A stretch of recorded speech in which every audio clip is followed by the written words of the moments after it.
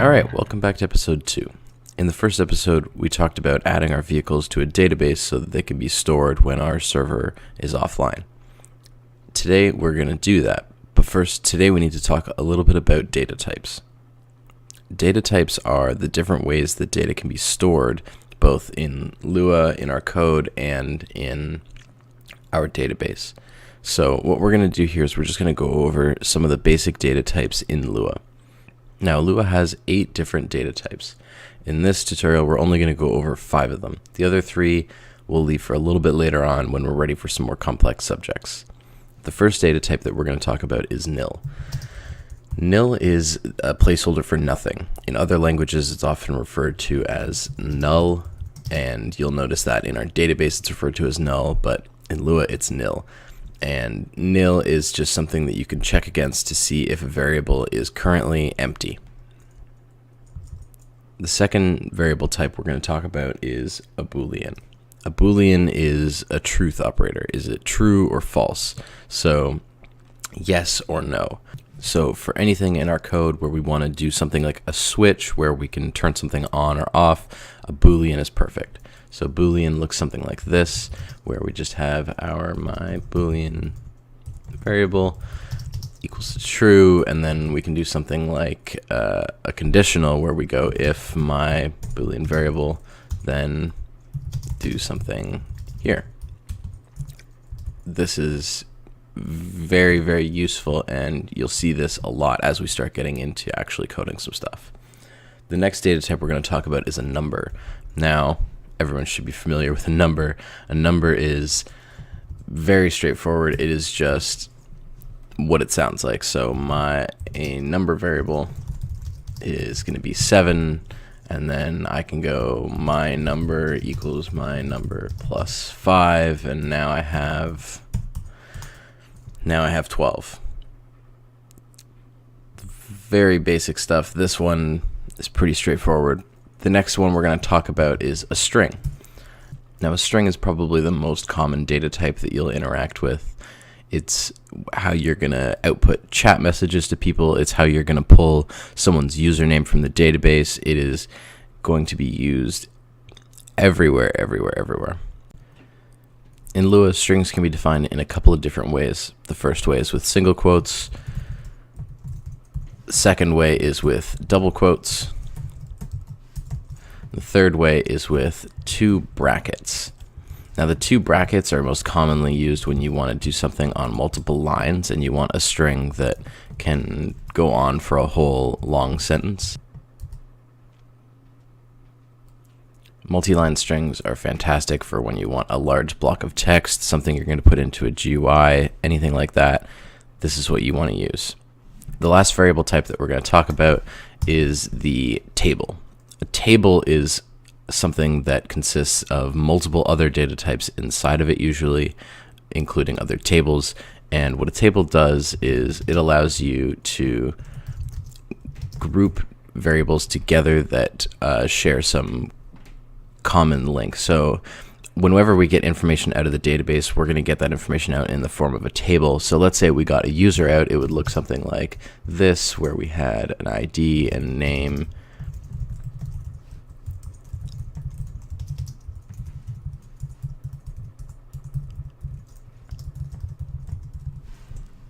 And when they were last seen. Tables we're going to interact with a lot. You don't have to worry too much about the complexities behind them for now, but just know that that's what they look like, and we'll be able to use them throughout the tutorial moving forward. So let's figure out how to use a database. Now, in our vehicles resource, we could connect to a database here, but then that database is only going to be accessible from within the vehicles resource. So what we usually want to do is we want to pop out our sidebar and we want to create a new resource called DB.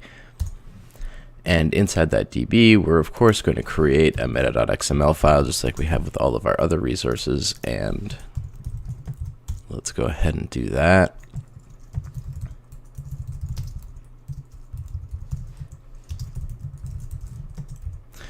And then inside of here, we're going to now create that db.lua file that the meta is going to be looking for. And we're just going to add a few different things. So the first thing is we want to create a DB variable, which is going to be how we're going to store our connection.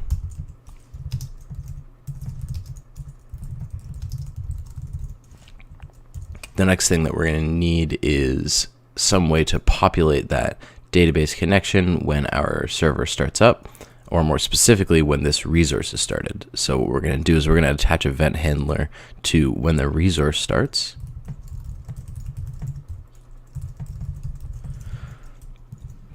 And now here, instead of using root as the node of the element tree that we are looking at, we're going to use resource root.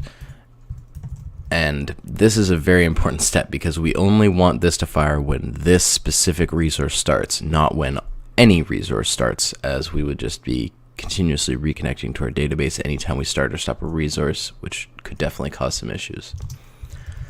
So we're just going to pop in a closure here, and we're going to instantiate our DB variable to DB connect here. And what we need to do here is we need to figure out what database we're connecting to and what the connection type is going to be. So let's just hop over to the docs real quick and we'll check the wiki, and let's look up DB connect. So if we look here, the first thing that it wants is database type, and what we're going to do here is we're going to use Sqlite just to keep it simple. And for Sqlite, the second database option is going to be the file path to the Sqlite database. So we're going to create a global database at that path. So let's go ahead and do that. So let's do Sqlite, and we will do a global database path of global.db, something like that. And yeah, that's it. This now should be holding our connection, but we need a way for other resources to access this because we have this local variable that can only be accessed from within this individual script, but we want to be able to access it from other scripts. So what we're going to do is we're going to export a function. Now, exporting a function is very simple. All you need to do is create a function. We're just going to do get connection, and then we are going to return DB. So we get our connection here, we return it out, and that way anything that calls this function can get our connection and use it.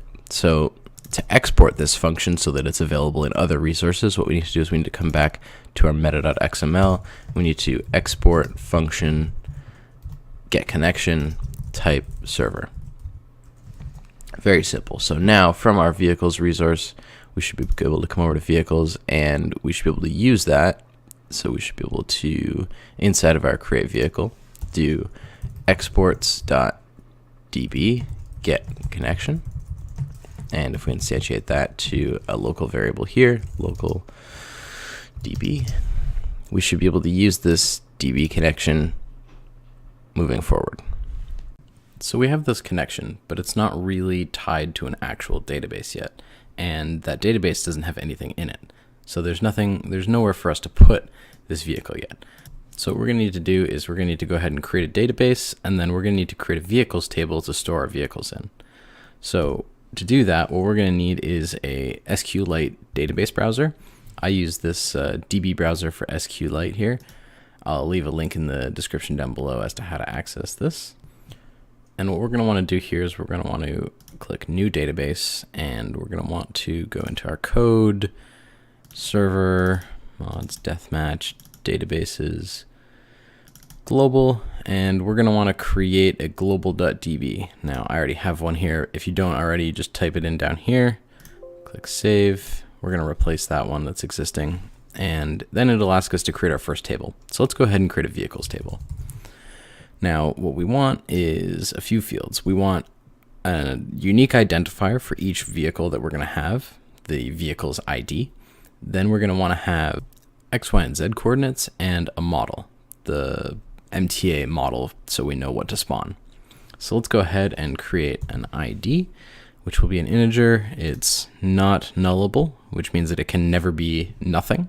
It is going to be the primary identifier on our vehicles table. And we're going to use auto incrementing to allow it to automatically insert into this field so that we never have to populate this field manually ourselves. Then we're going to go ahead and add model, which is an integer value. We don't want that to be allowed to be nothing either. And then we're going to go ahead and create our x, which is a real instead of an integer. So an integer is a number that is 0, 1, 2, 3, a whole number. Real can be a decimal place, so an x coordinate can be 5.732, something like that. We're going to make this not nullable as well, and we're going to duplicate that for our y and z coordinates.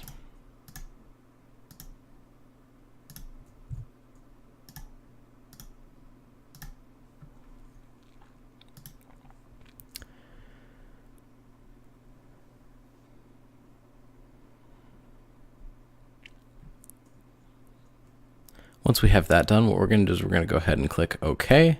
It will create our table. Here we are, vehicles table. We can see our columns in there. And now we can use this table in our database over here. So what we're going to want to do is exit out of this, go over to our create vehicle method, and we're going to want to create a query. Now in MTA, there's a few different ways to execute code against the database. For this purpose, what we're going to use is dbexec. Now what we need to do is we need to pass in which connection we want to execute against, and then what we need to do is we need to write our insert statement. So we are going to be inserting into the vehicles table, and we want to insert a model x, y, and z coordinates with the values of our actual values that we have here. So what you could do is string concatenation to do this, which is essentially doing something like this, where you would go model and then continue on that way. But this is not the best way to do this, because what we're doing here now is we're taking the input from a user and we're directly trying to run it against the database. This leaves you open to all sorts of security holes. So MTA's recommended way to do this is to use a question mark here, and we'll put the number of question marks that we have columns, and then we will just add those as parameters to the method. So what we're going to do here is we're going to go model x, y, z. And what we notice here now is this position is actually going to be off from where the actual vehicle is, because we're doing this y plus 5 inline. So what we're going to do is we're going to extract that up and go y equals y plus 5 up here, remove it from here, and now our database insert is going to match exactly where we've created the vehicle in the real world. Now that we have that done, we are going to give it a try. So let's save this, and let's just jump over to our server, which isn't currently running. So let's fire that up.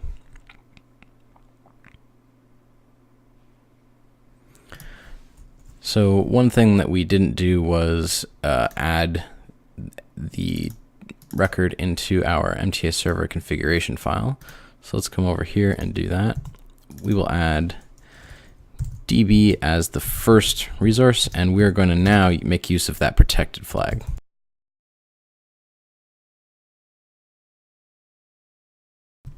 The protected flag means that once we've started this resource, it cannot be stopped without turning off the server. This is useful because we never really want the server to be running without a database, because we'd have potential data loss from players continuing to do actions that we can't store against our database. So the other resource that we're going to add in here is our vehicles resource.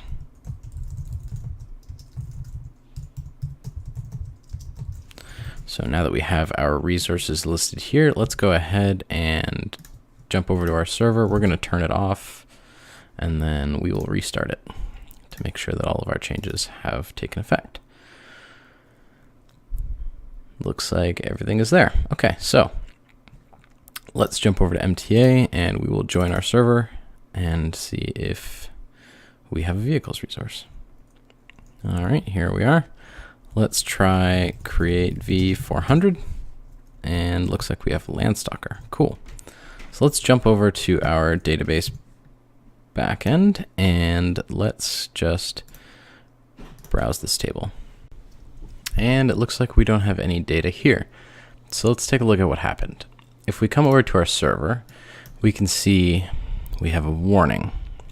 All server-side errors will appear in this console here, so you can come here and look at what's going on. So vehicles.lua, line 7, db exec failed, no such table of vehicles. Okay, so we don't have a vehicles table, but we created one over here. So we must have to save something. So let's come into File and write changes. Aha, there we are. That was probably what we needed to do. Let's give that another try. Let's try and create a buffalo. And let's check our thing here. We don't have another warning. This is just the first one. So now if we come over here and we refresh, oh yes, we have our vehicle. Perfect. So we're off to the races. Now that we have our vehicle, let's jump back into our code and let's go back to our vehicles.lua file and let's take a look. So we have our vehicle. We've inserted it into our database. But what good does that provide us now? How do we get it back out of our database? And how we do that is with another query. What we're going to do here is we're going to create an event handler on resource start, same as we did with the database, resource root as the root element that we are listening to the events on, and we're going to create a closure.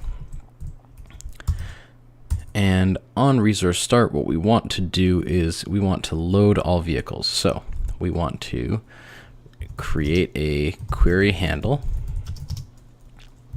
by running db query against our database. And what we want to do is we want to go select all fields from vehicles. Now this star, meaning all fields, is the same as if we did ID model X, Y, Z manually. If we didn't need all of the fields, then we could omit this, but what we're going to do is we're just going to run star, get everything, and we're going to grab all of our vehicles from the database.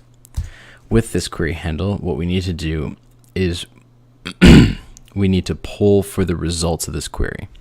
So the way that the queries work with MTA is we create something to run the query, and then we create something to listen to the result of the query. Now, there's a few different ways to do this. The first way is by running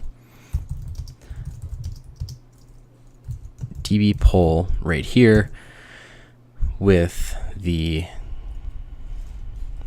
query handle, and then specifying an amount of time that we're willing to wait. So if we said we wanted to wait 10 seconds, that would be 10,000 milliseconds, and it will sit here and wait for 10 seconds to receive this query handle, and if it doesn't receive it in that amount of time, then it will just skip on to the next thing.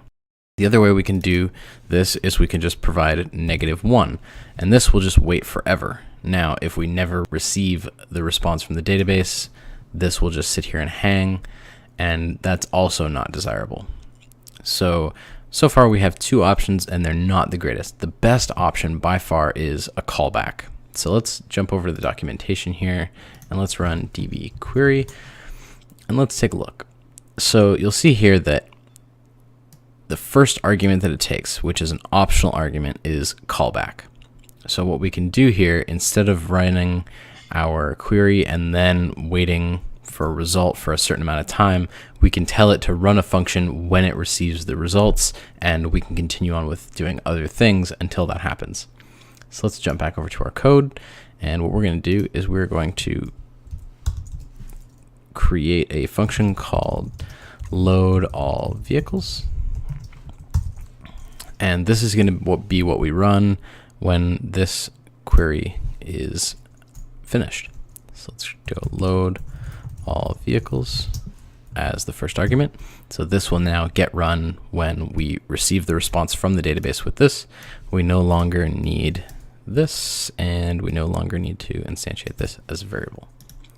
So what we're going to do here is we are going to receive the query handle as the first argument in our closure. And what we're going to do with that is we're going to db pull query handle, and we're going to wait for 0 seconds because we know that the polling is already completed. And we're going to store that to a local variable called results. And now that we have these results, what we're going to do is we're going to loop through them. So in Lua, a loop looks a little something like this. We have for, and then we have array index, and then we have the value, which in this case is the vehicle. And we're going to be looping through in pairs of keys and values the results array, or table as it's called in Lua. And we are going to do what's in here for each iteration of this table. So this results object is going to look a little something like this. Results equals this, it'll have that, and then it'll be like ID equals 1, model equals 402, X equals probably 0, Y equals 0, and Z equals 5. So this is what we're expecting to get back. We're expecting to get back results as a table with a table inside of it for each vehicle that has the necessary properties that we need to spawn our vehicle into the world. So let's loop through on each one of these, and what we're going to do is we're going to copy this create vehicle code that we used above, and we're just going to do vehicle dot on each one of these.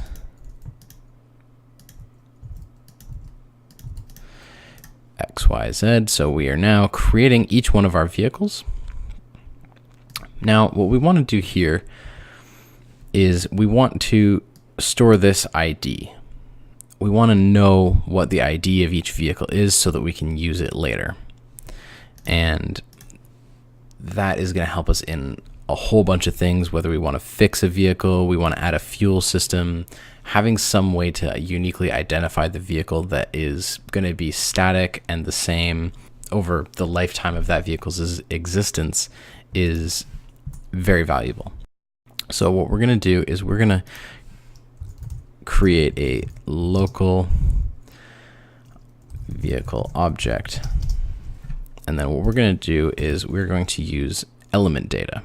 So each element, a resource, a vehicle, a player, anything like that, can have data associated with it that we can save against it and fetch at a later time using set element data and get element data. So what we're going to do here is set element data vehicle object, and we're going to set ID to vehicle.id.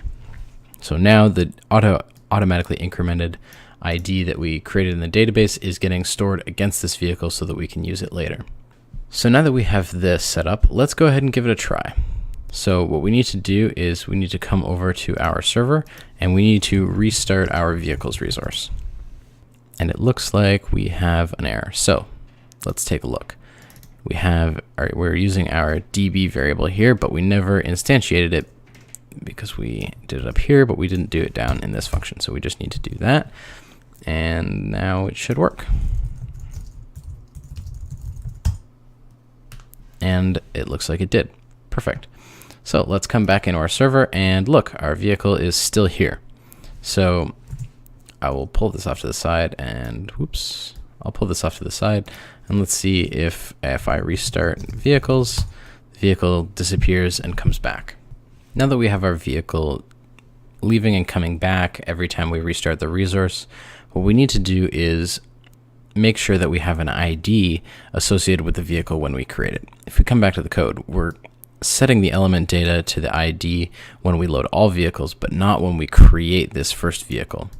So what we want to do is we want to run another query here to grab the most recently inserted ID from this table. And the easiest way to do that is to run a select ID in order of most recently created, which in this case is going to be the highest number. So if we run a db query where we have a function, we have a closure here, and then we have, we're running it against our database, and we do select ID from vehicles, order by ID in descending order, limit to 1 row. So what this is going to do is it's going to select the ID from our vehicles table, and we're going to order all of the IDs in descending order when we pull from the table. So instead of going 1, 2, 3, we're going to go 3, 2, 1. And by limiting to the first item that we have, we're only going to receive 3. So we will have our query handle coming into this closure, and we will pull for that. So local results equals db pull query handle 0, and we will take the first result because we know there's only one result. What we're doing here is we're accessing the first item in the array.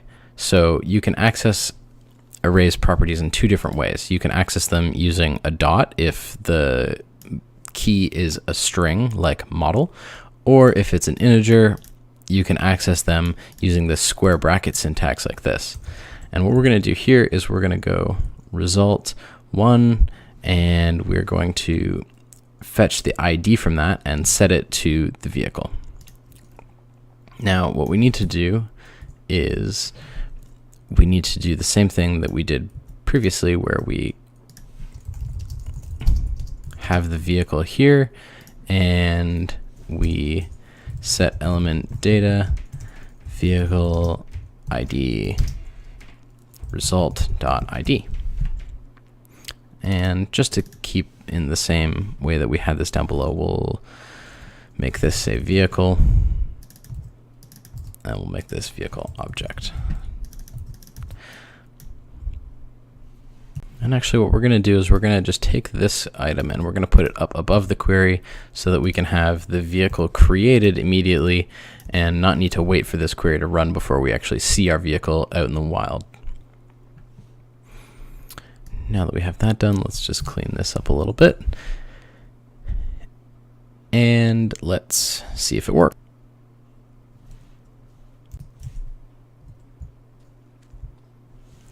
We'll come over to the server, we will restart vehicles, and then we will create V403.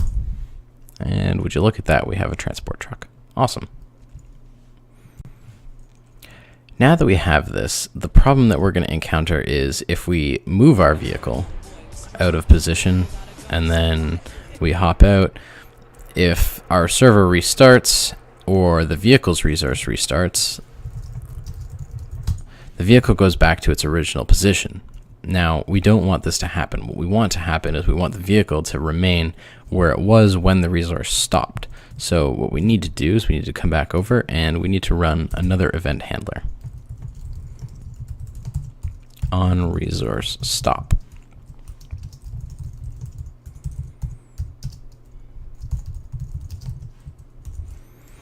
Inside of here, what we need to do is we need to loop through all vehicles. Now, MTA provides a nice way for us to loop through all of the elements of a given type by doing get elements by type. So we can do local vehicles equals get elements by type, and we will do vehicle.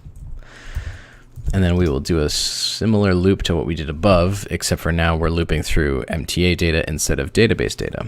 So we will do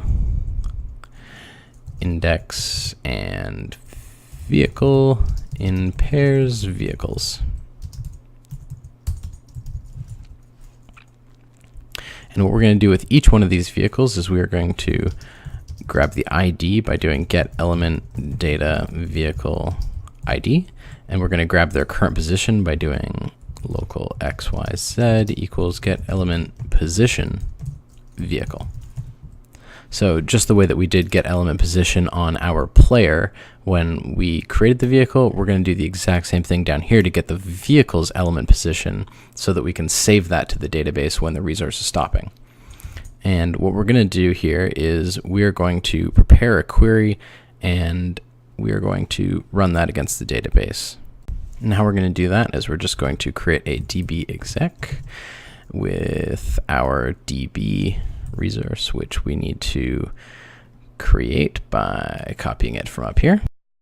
So we will plop that in right there, and we will run update vehicles set x equals question mark, y equals question mark, z equals question mark, where ID equals question mark.